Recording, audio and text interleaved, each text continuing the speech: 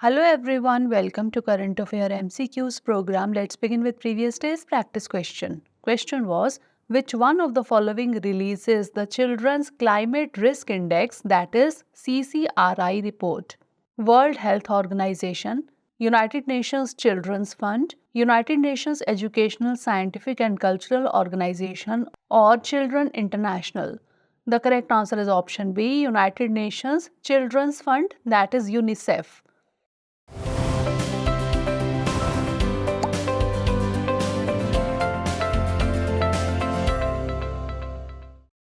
The UNICEF releases the Children's Climate Risk Index, that is CCRI report. UNICEF's CCRI 2021 report ranks India 26th out of 163 countries, indicating that Indian children are among the most at risk from climate change. It ranks countries based on children's exposure to climate and environmental shocks such as cyclones and heat waves, as well as their vulnerability to those shocks based on their access to essential services.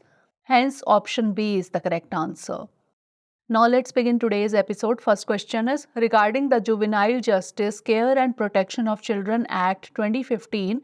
Consider the following statements. 1. A child is defined as a person who has not completed 16 years of age. 2. It provides for the formation of the Juvenile Justice Board, that is JJB. 3. JJB may transfer a person to Children's Court for trial as an adult if he is alleged to have committed a heinous offense. Which of the statements given above is or are correct? 1 and 2 only, 2 only, 2 and 3 only, or 1, 2 and 3. The correct answer is option C, 2 and 3 only. Juvenile Justice, Care and Protection of Children Act 2015. A child is defined under Section 2, subsection 12 of the Juvenile Justice, Care and Protection of Children Act 2015 as a person who has not completed 18 years of age. Hence, statement 1 is not correct. Section 4 of the Act provides for the formation of the Juvenile Justice Board. Hence, statement 2 is correct. According to Section 15 of the Act, if a person aged 16 to 18 is accused of a heinous offense, JJB conducts a preliminary assessment and may transfer the case to the Children's Court for trial as an adult. Hence, statement 3 is correct. Hence, option C is the correct answer. Next question regarding the PM Schools for Rising India, that is PM SHRI. Consider the following statements. 1. It is a centrally sponsored scheme to be funded in a 60-40 ratio by the centre and all states. 2. PM SHRI schools are managed by the central government and state government only. 3. It showcases the implementation of the National Education Policy 2020. Which of the statements given above is or are correct? 1 only, 3 only, 2 and 3 only, or 1, 2 and 3. The correct answer is option B, 3 only. PM Schools for Rising India, that is PM SHRI. The PM SHRI school is a centrally sponsored scheme. It is funded in a 60-40 ratio by the centre and states, barring the 11 northeastern and Himalayan states which have to bear only 10% of the cost. Hence, statement 1 is not correct. Its objective is to establish over 14,500 PM SHRI schools managed by the central government, state or UT governments, local bodies, as well as Kendriya Vidyalaya Sangathan and Navodaya Vidyalaya Samiti. Hence, statement 2 is not correct. PM SHRI schools showcase the implementation of the National Education Policy 2020 and emerge as exemplary schools over a period of time. Hence, statement 3 is correct. Hence, option B is the correct answer. Next question, which of the following best describes the concept of leakage in economics? An increase in domestic investment, a decrease in government spending, the outflow of money from an economy reducing funds for domestic spending, the outflow of foreign capital from the domestic market. The correct answer is option C, the outflow of money from an economy reducing funds for domestic spending. Leakage is an economic term that describes capital or income that escapes an economy in the context of a circular flow of income model. A leakage reduces the money available for consumers and businesses to purchase and manufacture goods and services. Imported goods are sometimes referred to as a source of leakage because they can have the effect of transferring income that was earned in one country to another country. Hence, option C is the correct answer. Next question, which of the following statements regarding payments banks is not correct? It was set up on the recommendations of the Nachiket More Committee. The money received as deposits can be invested in secure government securities only in the form of a statutory liquidity ratio. It can accept demand deposits in the form of savings and current accounts, or they are registered under the Payment and Settlement Systems Act 2007. The correct answer is option D. They are registered under the Payment and Settlement Systems Act 2007. Payment banks were set up on the recommendations of the Nachiket More Committee to operate on a smaller scale with minimal credit risk. The money received as deposits can be invested in secure government securities only in the form of statutory liquidity ratio. They can take deposits up to Rs 2 lakh. It can accept demand deposits in the form of savings and current accounts. They are registered under the Companies Act 2013 and governed by various laws including the Banking Regulation Act 1949, RBI Act 1934, Foreign Exchange Management Act 1999 and Payment and Settlement Systems Act 2007.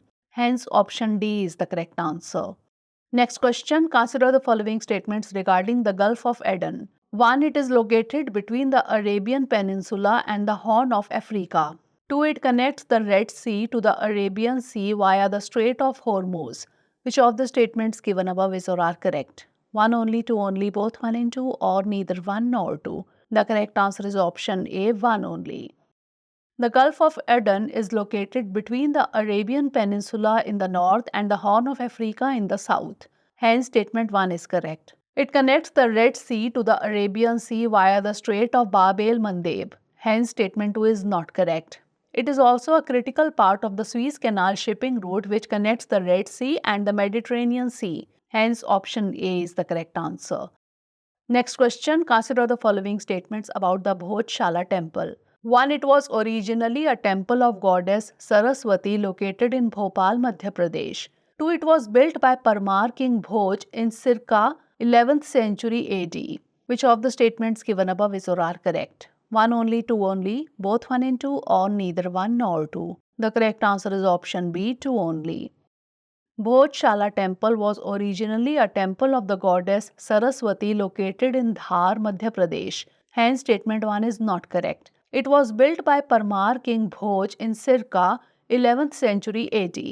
Hence, statement 2 is correct. The temple was said to be the ornament of 84 squares of Dharnagri. Noted as a great patron of art and literature, King Bhoj is said to have established a school known as Bhojshala. Hence, option B is the correct answer. Next question, consider the following statements regarding the line of actual control, that is LAC. 1. The LAC is the demarcation that separates Indian-controlled territory from Pakistan-controlled territory.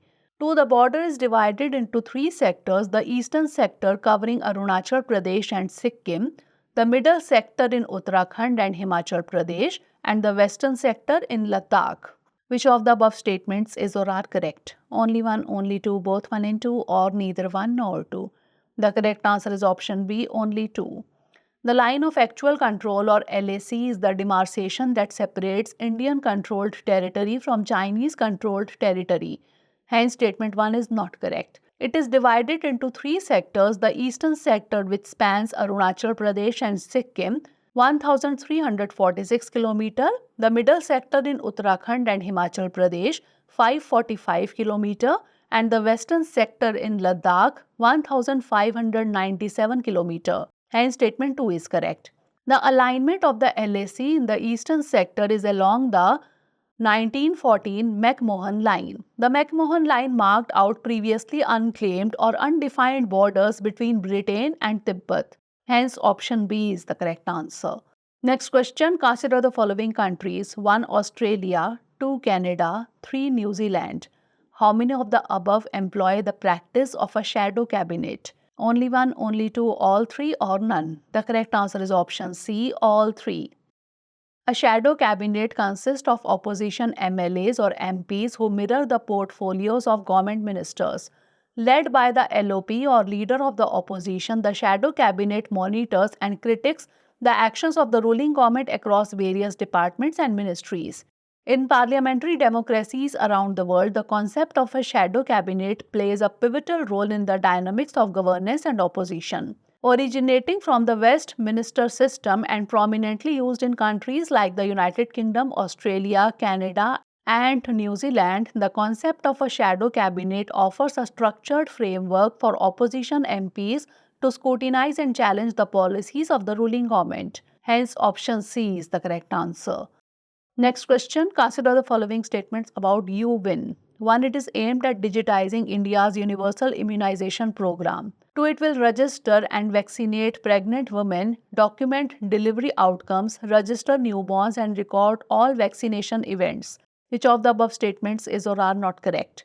Only one, only two, both 1 and 2, or neither 1 nor 2? The correct answer is option D, neither 1 nor 2. That is, both the statements are correct. UWIN, the initiative aimed at digitizing India's universal immunization program, has been rolled out in a pilot phase. Hence, statement 1 is correct. Following the success of the CoWIN platform, the government has established an electronic registry for routine vaccinations. The platform will be used to register and vaccinate every pregnant woman, record a delivery outcome, register every newborn delivery, administer birth doses, and all vaccination events thereafter. Hence, statement 2 is correct. The UWIN is going to be the single source of information for immunization services, updating vaccination status, delivery outcome, and reports like antigen-wise coverage, etc. Hence, option D is the correct answer. Last question. Sea of Tranquility, recently in the news, is best defined as a dark spot located in the northern hemisphere of the moon, a large underwater trench in the Pacific Ocean, a region of calm seas in the Atlantic Ocean, or a newly discovered lake in Antarctica. The correct answer is option A, a dark spot located in the northern hemisphere of the moon. The Sea of Tranquility is a dark, large area on the visible side of the moon's northern hemisphere. It is located in the Tranquilitatis Basin. The area is called a sea because ancient astronomers thought they saw oceans and seas on the moon. Hence, option A is the correct answer. Now moving on to practice question, consider the following statements related to the United Nations Relief and Works Agency. 1. It was established after the 1948 Arab-Israeli War.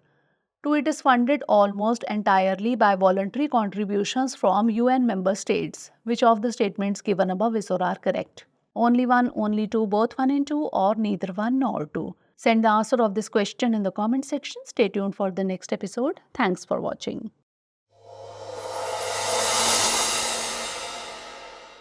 For more informative content, like, share and subscribe, and do not forget to press the bell icon to get the notifications.